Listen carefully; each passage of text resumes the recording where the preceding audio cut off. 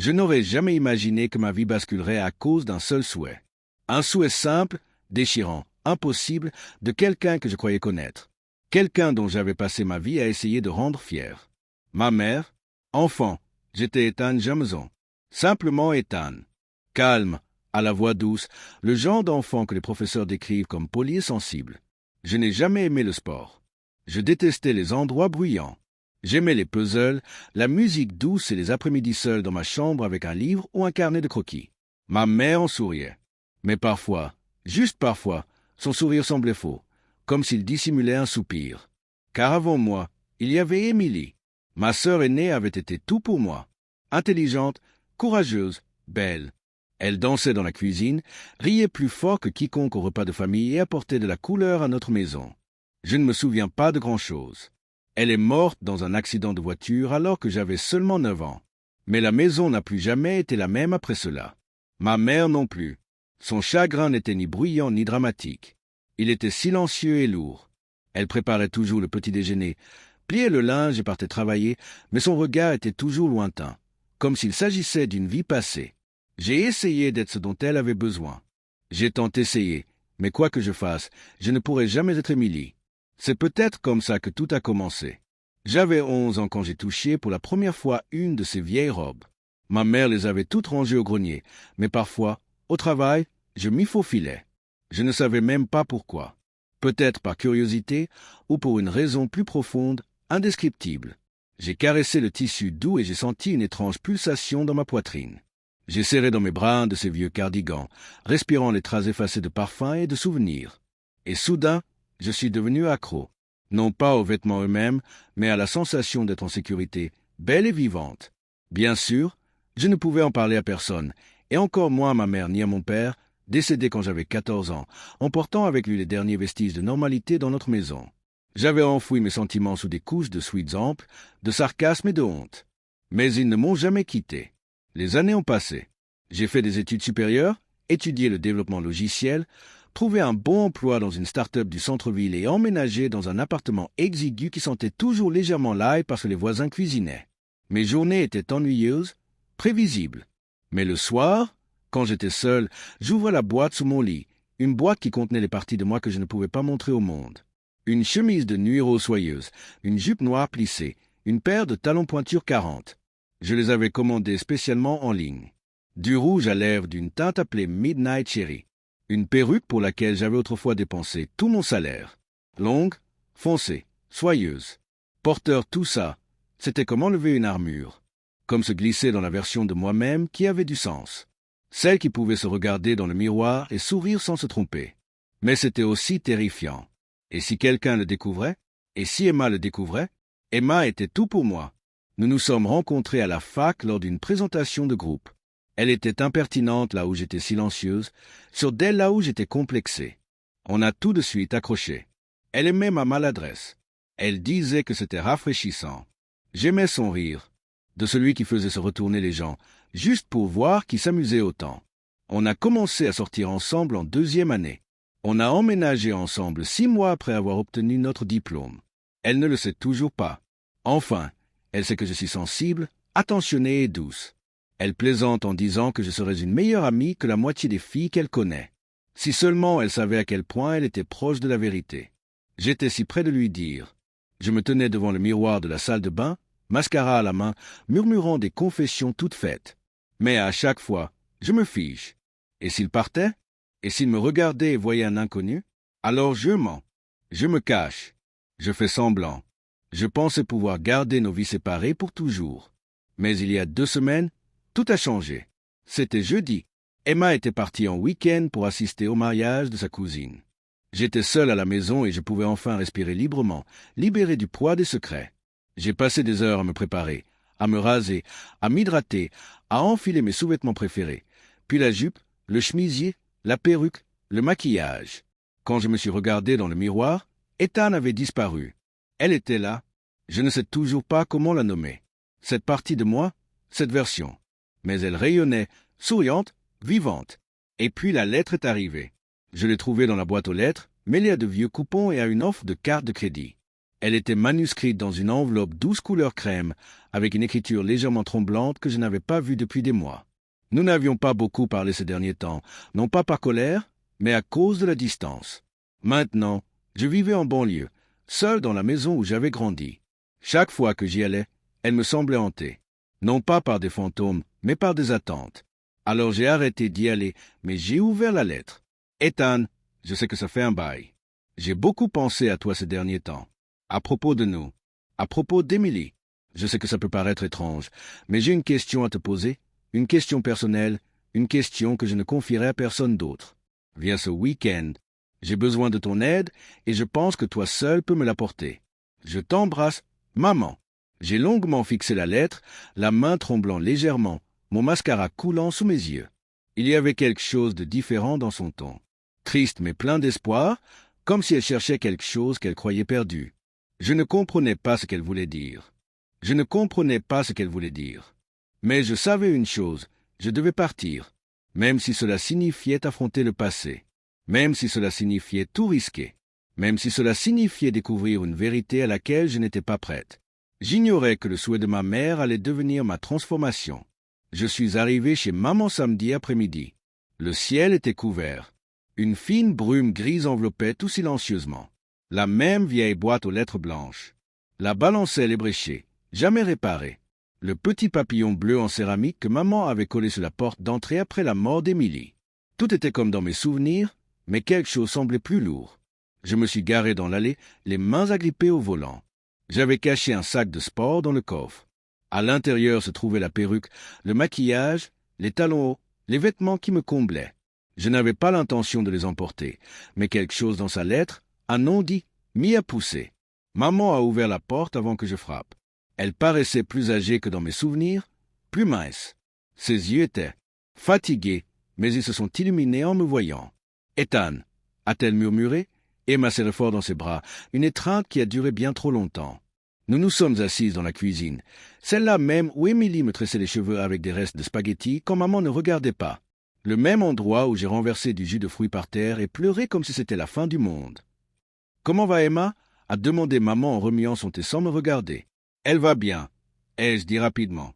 Elle est au mariage de sa cousine ce week-end. » J'ai pensé rester ici jusqu'à son retour.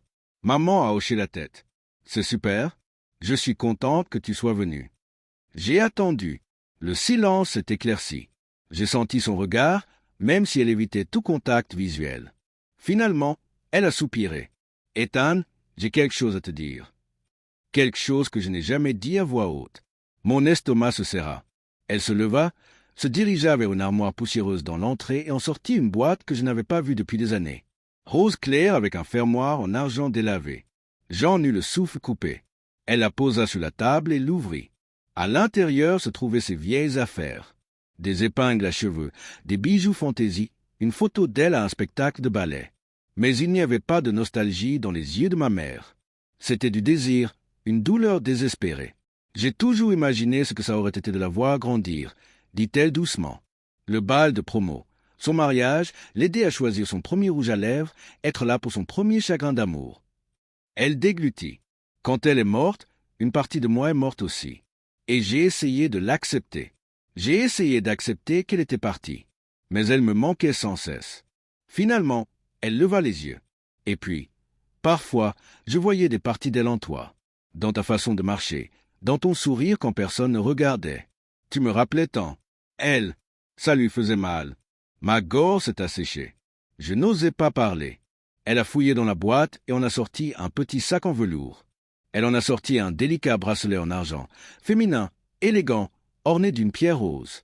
Elle l'adorait et disait que cela la faisait se sentir plus âgée, confiante et belle. Elle me l'a mis dans la main. « Je ne sais pas ce que tu fais quand tu es seule, » a-t-elle dit. « Mais je sais. Je le sais depuis longtemps. » Mon cœur s'est arrêté. « Quoi? Que veux-tu dire? » J'ai trouvé cette jupe dans ton linge. Une petite tache de rouge à lèvres sur un oreiller. Tu crois que je n'ai pas vu la perruque sous ton lit quand je suis venu te voir l'année dernière? Elle a souri tristement. Je suis ta mère, Ethan. Crois-tu que je ne reconnaîtrai pas ma fille en train d'essayer d'ôter la vie à quelqu'un? J'ai senti le sol me glisser sous les doigts. Mes mains tremblaient. Je ne voulais pas de ça. Je ne suis pas en colère, a-t-elle dit doucement. Je suis juste triste que tu aies cru devoir me cacher ça. Il y eut un silence. Puis je fis un vœu égoïste, juste pour un week-end. Je veux la revoir. Pas Emily. Toi, la fille que tu n'osais pas devenir. J'avais l'impression qu'on m'avait frappé en pleine poitrine. Toutes ces années de dissimulation, de honte, de faux-semblants, soudain révélées sous son doux regard. C'est ça que tu veux? Oui, murmura-t-elle. Veux-tu être ma fille pour un week-end? Ce soir-là, debout dans la salle de bain d'amis, je me suis regardé dans les yeux. Miroir, mon cœur battait la chamade. 1000 pensées, aucune claire. Mais sous la panique, quelque chose d'autre vacillait. J'ouvris le sac et en sortis lentement chaque objet. D'une main tremblante, les bas, le soutien-gorge rembourré, le chemisier rose pâle à boutons de nacre, la longue perruque brune qui tombait en vagues parfaites. Je me rasai soigneusement, me maquillai, mis du blush et de l'eyeliner. Mes mains tremblaient tandis que j'appliquais du rouge à lèvres cerise. Chaque pas faisait disparaître la peur. Et quand je mis mes talons et me levai, elle était là. Moi, mais pas Ethan. Quelqu'un d'autre, quelqu'un de réel. Je suis entré dans le salon. Ma mère m'attendait sur le canapé, lisant un vieux magazine. Quand elle me vit, ses yeux s'écarquillèrent et des larmes les remplirent. Elle se leva lentement, les mains sur la bouche. « Oh » murmura-t-il, « tu es magnifique !» Je baissai les yeux nerveusement, en époussetant quelques peluches imaginaires sur mon chemisier. « Tu crois vraiment ?» Il s'est approché et m'a pris la main. « Je lui ressemble tellement. »« Mais tu n'es pas Emily. C'est toi, et c'est encore plus beau. » Nous étions assises côte à côte sur le canapé. Elle sortit de vieux albums photos et les feuilleta d'une main tremblante. Certaines pages montraient Emily, d'autres moi. Mais pour la première fois, elle ne semblait pas être différente. « Tu as un nom ?» demanda-t-elle doucement. Je clignai des yeux. « Je ne sais pas » sourit-elle. « Alors trouvons un ensemble. » Cette nuit-là, pour la première fois depuis des années, je ne me suis pas endormi en pleurant. Je n'avais pas honte. Je ne me sentais pas comme un mensonge. Je me sentais authentique. Mais la réalité n'est pas tendre longtemps. Car juste au moment où je commençais à accepter cette version de moi-même, j'entendis un bruit qui me glaça le sang. La porte d'entrée était ouverte. Le bruit de l'ouverture brisa le silence comme un coup de feu. Je me figeai dans le couloir, le bas de ma jupe ondulant légèrement sous ma respiration haletante. Mes mains se figèrent. J'avais le cœur serré. Non, non, non, non. Emma ne devait pas rentrer avant lundi. « Maman » appela une voix familière. « Le mariage est annulé. Il y a eu une bagarre à la réception. J'ai pensé passer vous faire une surprise, à toi et à Ethan. » Emma, mon amie, la fille qui ne m'avait jamais vu, qui me trouvait sûr de moi, virile et fiable, et j'étais là, rouge à lèvres, tremblant dans ma jupe, avec une femme qui me fixait dans le miroir du couloir. Maman jeta un coup d'œil. La panique passa dans ses yeux, mais seulement l'espace d'une seconde. Alors viens doucement. Va dans la chambre d'amis, murmura-t-elle rapidement. Je vais la divertir. Je courus, mes talons claquant doucement sur le sol. Chaque pas était une erreur. Chaque froissement de ma jupe était une trahison. Je fermai la porte de la chambre d'amis aussi doucement que possible, en respirant faiblement. Je collai mon oreille à la porte. « Emma, quelle surprise !» dit maman d'une voix un peu trop joyeuse. « Je sais. Non? Où est Ethan? » « Oh, il est sorti se promener. Elle a dit qu'elle avait besoin d'air frais. Pourquoi ne t'assieds-tu pas?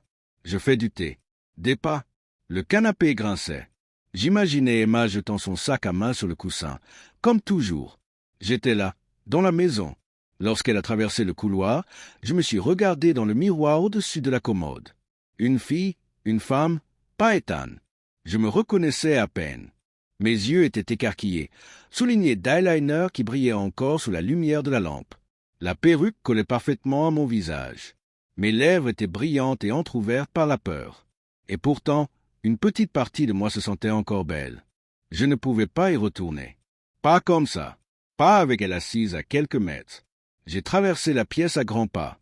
Mes talons vacillaient tandis que je m'adaptais à la hauteur. Mes jambes tremblaient. Puis j'ai entendu de nouveau des pas. Ils descendaient le couloir. Non, non, non, non, non, non. On a frappé. 3 coups légers à la porte. Bonjour. Il y a quelqu'un? La voix d'Emma. Je n'ai pas répondu. Maman a dit que la porte de la chambre d'amis était coincée. C'est vrai? Un silence. La poignée a cliqueté. Mon cerveau cherchait frénétiquement un plan. J'ai regardé autour de moi comme une folle. Pas de lingettes démaquillantes, pas de vêtements de rechange. Mes vêtements d'homme étaient encore dans le sac de voyage, dans le placard, mais même si je les attrapais, je n'arriverais jamais à me laver le visage assez vite. Et ma voix, était trop basse maintenant, trop fragile. J'ai ouvert le placard et j'ai sorti un peignoir rose. C'était celui d'Émilie, je crois.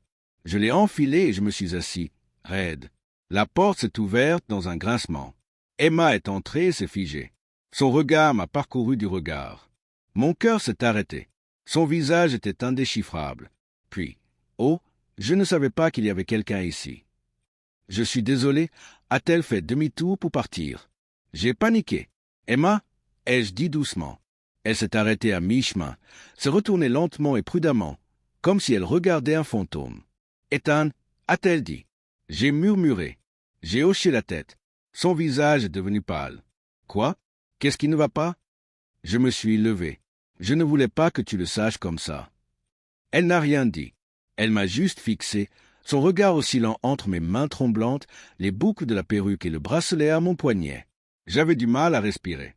Je ne sais pas comment ça a commencé. Ai-je dit, la voix tremblante.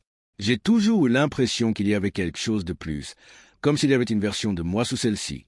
Tu sais, c'était la seule façon pour moi de me sentir vrai. Silence. Je pensais que si je te le disais, je te perdrais. Ai-je murmuré? Emma est restée silencieuse un long moment. Puis elle s'est penchée vers moi. Pourquoi ne m'as-tu pas fait confiance? Les larmes me piquaient les yeux, parce que je n'avais pas confiance en moi. Elle a tendu la main, ses doigts effleurant ma manche. Je ne sais pas quoi dire. On est deux. Emma a détourné le regard, pensive. Puis elle s'est tournée vers moi.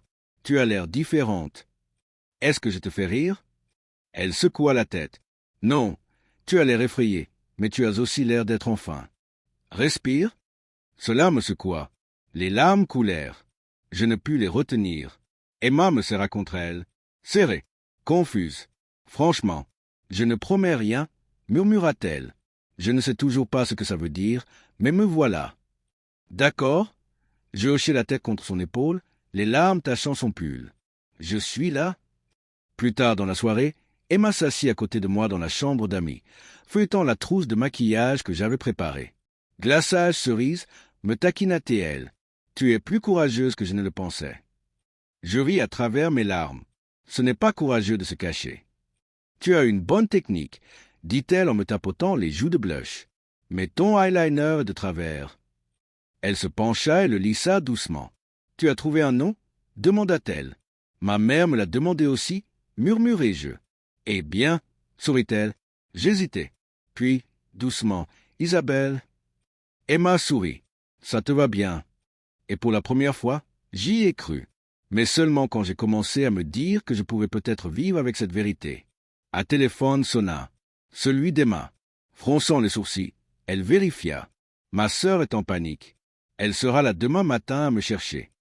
Mon estomac se noua. Ici, dans cette maison. Emma me regarda. Ouais, elle voudra aussi me dire bonjour. Tu sais comme elle est curieuse. Je déglutis. Une autre visiteuse. Une autre occasion d'être démasquée, d'être vue.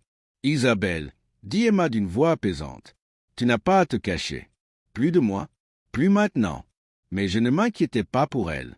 J'étais inquiète pour moi, parce qu'au fond, je n'étais pas sûr de pouvoir revenir. Et cela me faisait plus peur que de me faire prendre. La lumière matinale baignait chaude et dorée dans la chambre d'amis. Mais elle ne parvenait pas à dissiper la peur qui me rongeait. Je me suis réveillé tôt, blotti dans le doux peignoir rose, celui-là même qu'Emma m'avait délicatement enfilé la veille avant qu'on s'endorme toutes les deux. Ma perruque était un peu raide et mon maquillage dégoulinait de larmes et de sommeil, mais je ne voulais pas l'enlever. Même maintenant, avec Emma endormie à mes côtés, son bras autour de ma taille, j'éprouvais une étrange sensation de paix, comme si le monde était momentanément juste, jusqu'à ce que je me souvienne de ce qui allait arriver. La sœur d'Emma, Julia. Elle était curieuse, bruyante et l'incarnation même de l'imprévisibilité. Et maintenant, elle arrivait dans ma direction, ignorant que le petit ami de sa sœur n'était pas exactement l'homme dont elle se souvenait. Je suis sorti du lit en silence, en prenant soin de ne pas réveiller Emma. Mes pieds ont claqué sur le sol et les chaussons de petite fille que maman m'avait laissés. Le cœur battant, j'ai jeté un coup d'œil dans le couloir. Personne. Je me suis glissé dans la salle de bain et me suis regardé dans le miroir. Une partie de moi s'attendait à de la culpabilité, du regret, de la honte. Mais au lieu de cela, j'ai vu une fille en devenir. Toujours effrayée, certes, mais vivante comme Ethan ne l'avait jamais été. J'ai ajusté ma perruque et appliqué une nouvelle touche de maquillage et de mascara. Rien de trop visible, juste assez pour me sentir moi-même. Puis on a frappé, pas à la porte de la chambre cette fois. Plus loin, Emma s'est placée derrière moi. C'est elle, a-t-elle murmuré, hébétée. Une boule m'a noué la gorge. Emma s'est redressée. Tu devrais rester ici. Je la surveillerai. J'ai hésité. Et si elle entre par effraction? Tu la connais. Elle s'est levée et a attrapé son peignoir. Je le laisse en bas. Qu'il ne la voie pas? D'accord? J'ai hoché la tête, le cœur battant à tout rompre. J'ai jeté un coup d'œil par la fenêtre de la chambre. Julia remontait déjà l'allée, téléphone à la main, lunettes de soleil posées de façon spectaculaire sur le front. On aurait dit une émission de télé-réalité. Maquillage impeccable, talons avant 9 heures et une personnalité trop imposante pour n'importe quelle pièce. J'ai entendu la porte s'ouvrir. Emma, enfin, il fait un froid glacial ici. Excusez-moi, excusez-moi. Entrez. Vous voulez un café? Bien sûr. Mais d'abord, où est Ethan? Je dois aller le voir. Vous n'allez pas croire ce qui s'est passé au mariage. Emma rit nerveusement. Il court. Courir? Vraiment? Depuis quand Ethan court-il? Mon estomac se serra. Des pas résonnèrent dans la cuisine. Bref, continua Julia. Il faut qu'on parle. Je crois que Greg me trompe encore. J'entendis Emma marmonner une réponse et j'essayai de détourner la conversation de l'étage. Je pris une grande inspiration. 10 minutes passèrent, puis 20. Je me détendis un peu, pensant être arrivé à temps, jusqu'à ce que j'entende des pas monter l'escalier. La voix d'Emma, basse, pressante, s'éteignit. Non, Julia, la salle de bain du bas est bien. Oui, mais j'ai besoin de mon anti-cerne. Je l'ai laissé dans ta chambre d'amis la dernière fois. Je vais le chercher. Non, non, non, non. J'ai couru vers le placard, j'ai ouvert la porte et j'ai sauté dedans. Ma respiration était saccadée. Mon maquillage allait couler. Je m'en fichais. La porte de la chambre d'amis s'est ouverte. Des pas légers sur la moquette. Silence. Je l'ai entendu fouiller dans les tiroirs. Mon cœur battait fort. Puis un silence. Un long silence. Elle avait dû voir la coiffeuse. Le porte-perruque. Le rouge à lèvres près du miroir. Mon rouge à lèvres. Emma, appela Julia. Pourquoi y a-t-il du maquillage ici? La voix d'Emma était plus proche maintenant. C'est le mien. Julia rit. Tu ne portes pas de rose cerise. Ce n'est pas ta couleur. Un moment de silence. Puis la voix de Julia, de nouveau méfiante. Quelqu'un d'autre habite ici? Emma hésita. Non, juste Ethan et moi. Julia ne répondit pas. Je retins mon souffle, mes mains tremblantes sur les cintres en bois pressés contre mes épaules. Puis, un bruit, le grincement de la poignée du placard. Non, pas maintenant. La lumière inonda. Julia me fixa. C'était parfait. Du mascara foncé sur mes joues. Enveloppée dans un peignoir rose, figée comme un mannequin. Elle cligna des yeux une fois, 2 fois, puis rit, mais ce n'était pas méchant. Elle était ravie. Oh mon Dieu! J'ouvris la bouche pour déclarer que j'avais envie de pleurer, mais elle me prit la main et me tira hors du placard. « Emma » s'écria-t-elle, « ton petit ami est fabuleux. » 10 minutes plus tard, nous étions assises à la table de la cuisine, moi toujours rouge et mortifié. Julia était en extase comme si nous étions à une soirée pyjama. Tu aurais pu me le dire. J'adore ça. Le peignoir, le maquillage, même ta démarche. Tu es comme un petit cygne qui a proie à planer. Je jetai un coup d'œil à Emma, qui sirotait son café et me regardait d'un air indéchiffrable. Julia sourit. « Tu n'es pas folle ?» Je secouai la tête, simplement choqué. Finalement, Emma prit la parole. Je n'avais rien prévu de tout ça, mais maintenant que tu sais. Julia se pencha en avant en souriant. « Écoute, Ethan, ou devrais-je dire Isabelle, si jamais tu as envie d'une journée de changement, je suis là pour te l'offrir. » Le nom qui m'enthousiasmait. Isabelle, prononcé à voix haute, l'acceptant, voire le célébrant. Et pourtant, sous la surface, je le sentais. Un claquement, un changement, parce que maintenant c'était réel, trop réel. J'avais été vu, et je ne pouvais pas revenir en arrière. Mais le rebondissement était encore à venir. Plus tard, Emma me prit à part. « Il faut que tu saches quelque chose, dit-elle. Julia n'est pas toujours discrète. Elle a peut-être déjà écrit à une amie à ton sujet. Quoi? Ce n'est pas une mauvaise intention. Elle ne comprend juste pas la gravité de la situation. Mon estomac se noie. Je pensais qu'elle expérimentait simplement, qu'elle explorait secrètement quelque chose. Mais maintenant, le monde commençait à s'effondrer, et je n'étais pas prête pour la suite. Le reste de l'après-midi se brouilla comme un brouillard. Julia resta bien plus longtemps que prévu, me fit des compliments trop appuyés et me jeta des coups d'œil trop fréquents. Je pense qu'elle était bien intentionnée, mais à chaque mot, ma poitrine se serrait. L'illusion d'intimité se brisait. Emma la fit sortir peu après le coucher du soleil. La porte d'entrée se referma, le silence régna, et j'étais assise là, dans la robe en jersey d'où qu'Emma avait choisi pour moi, toujours très Isabelle, tremblante. Elle le dira à quelqu'un, dis-je doucement. Emma se tenait sur le seuil, le visage impassible. Probablement. Je levai les yeux. Et ça te va? Elle hésita. Je ne sais pas. Ça m'a choqué plus que je ne l'aurais cru. Mais tu as dit, je t'aime, m'interrompit-elle. Mais c'est trop. Tout va si vite. Je pensais avoir le temps de digérer la nouvelle avant que quelqu'un d'autre ne l'apprenne. Moi aussi. Emma croisa les bras. Julia ne me veut pas de mal, mais tu sais comment elle est. Les ragots sont son oxygène. Je ne serais pas surpris si 3 personnes m'écrivaient demain pour me demander si je sors avec une drag queen. Mon estomac se noie. Ce n'est pas comme ça. Je sais, rétorqua-t-elle, puis elle se calma. Je sais, mais ce n'est pas le cas de tout le monde. Je me levai, le bas de ma robe effleurant mes cuisses. C'est réel pour moi, Emma. Ce n'est pas une phase. Je ne fais pas semblant. Je ne suis pas travesti. J'ai l'impression qu'Isabelle est celle que je suis censé être. Du moins, une partie de moi l'est. Emma avait envie de pleurer. Alors pourquoi ne me l'as-tu pas dit plus tôt? Parce que j'avais peur de te perdre. Je fis un geste entre nous, te perdant. Nous restâmes là, silencieuses, la distance entre nous plus grande que jamais. Puis mon téléphone vibra. Numéro inconnu. Je répondis lentement. Dis donc, Julia a dit une bêtise. Tu t'habilles vraiment comme une fille maintenant? Le visage rougit. Mon cœur se serra. Ça avait commencé. Je ne répondis pas. Je retournai le téléphone et reculai. Emma vit mon visage et comprit. Qui est là? Un ami. Derek, du travail? Il s'assit. Oh, mon Dieu! Ça se répand déjà. Emma se passa les mains dans les cheveux. Devrais-je dire quelque chose? Nier? Non, murmurai-je, car ce n'était pas un mensonge. Et je ne pouvais pas retourner vivre caché. Pas maintenant. Cette nuit-là, je n'ai pas réussi à dormir.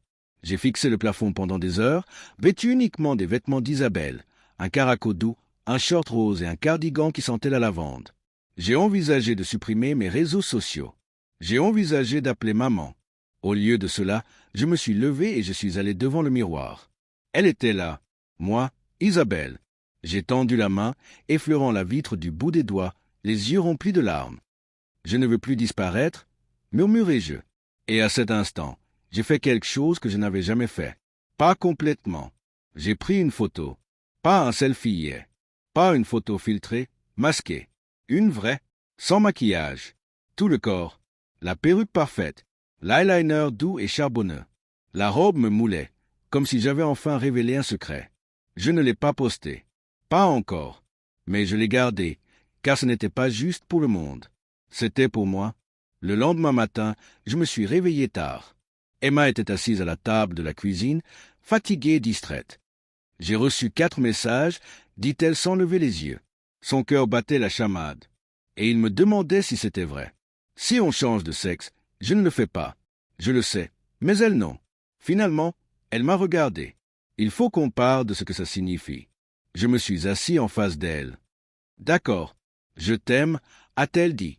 Mais je ne sais pas si je peux garder ça pour moi. J'ai frissonné. Je ne peux pas plaisanter avec des amis. Et si tu veux être Isabelle, je suis Isabelle. Ensuite, il faudra décider ce que ça signifie. Pour nous, les mots ont fait l'effet d'un coup de tonnerre. Pour nous, ma voix se brisait. Veux-tu toujours être avec moi? Son silence était une réponse suffisante. Pas encore un non, mais pas un oui non plus. Puis le moment symbolique qui m'a brisé. Ce soir-là, j'ai eu envie de remettre mes vêtements habituels. Jean, sweat à capuche, basket, masque.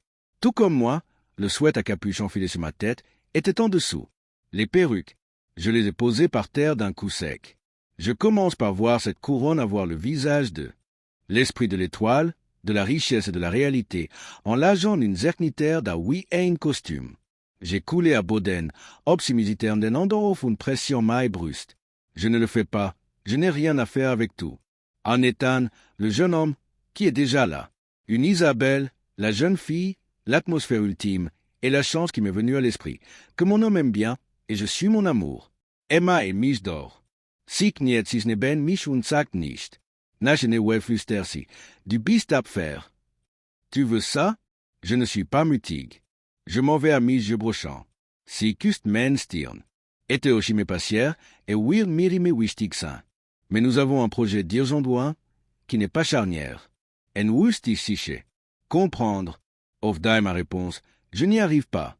Je ne sais pas. Non. Solange alle of dem spielstand. En morgen. Nu wonistage nage dem alle ozenander zufallen beschlossig. Rosugen. Nirgendouin du géant. Je broche den fac nur friche luft. Emma guéra dans la cuisine et fait défiler votre handi avec les retours sur moi. I jog mir en Jack Hubert, bon meitje und Schusion Gingino. Die Luft war frisch, scharf, rapid schmerzhaft u atmen. Der E-Mail, ein trüb gros, passet u menestima. Zum ersten Mal setene gefühltene Wicket fühlt ich mich allein. Allein mi menem Jemni. Allein mi der froh, du der ich würde. Allein mi der en GST. Allez vers les rangs. Je suis en train de sortir de la rue. Le Geroche mene absatz al BEIG dem Schritt auf dem Bürgersteig plus large. Manchang Jean vorbei, kenne würdigt mich en Publik. Doch in menem inren spürt ich dei last die Rürtei, dei urgent, dei nicht en mal dauaren. Je admire geschworen, ni wieder Zukren. Doch jetzt, da is ganz Isabelle auf der Straße stand, schließt sich der Zweifel wie ein Chaton ein. Mon résumé pratique. C'est la guerre en Nachricht von Emma. Pouvez-vous redans? Je dois dire et toi fragant. Men brust zog sich usamen. Je ne suis pas prêt à le faire. Je dois les aimer. Je veux que je m'en rende compte, mais je me tiens souvent debout, et je le fais toujours. Je traite un. Emma est debout et tient son handi dans der Hand. Ihr gezicht war blass, ihr Ogen wet auf Schrissen. Where est da? Fragt sie et zegt mir das Display. Mein Stock. Das Foto, je suis à Bonsuver je Mastaat, das von ich im wollen Isabel Luke.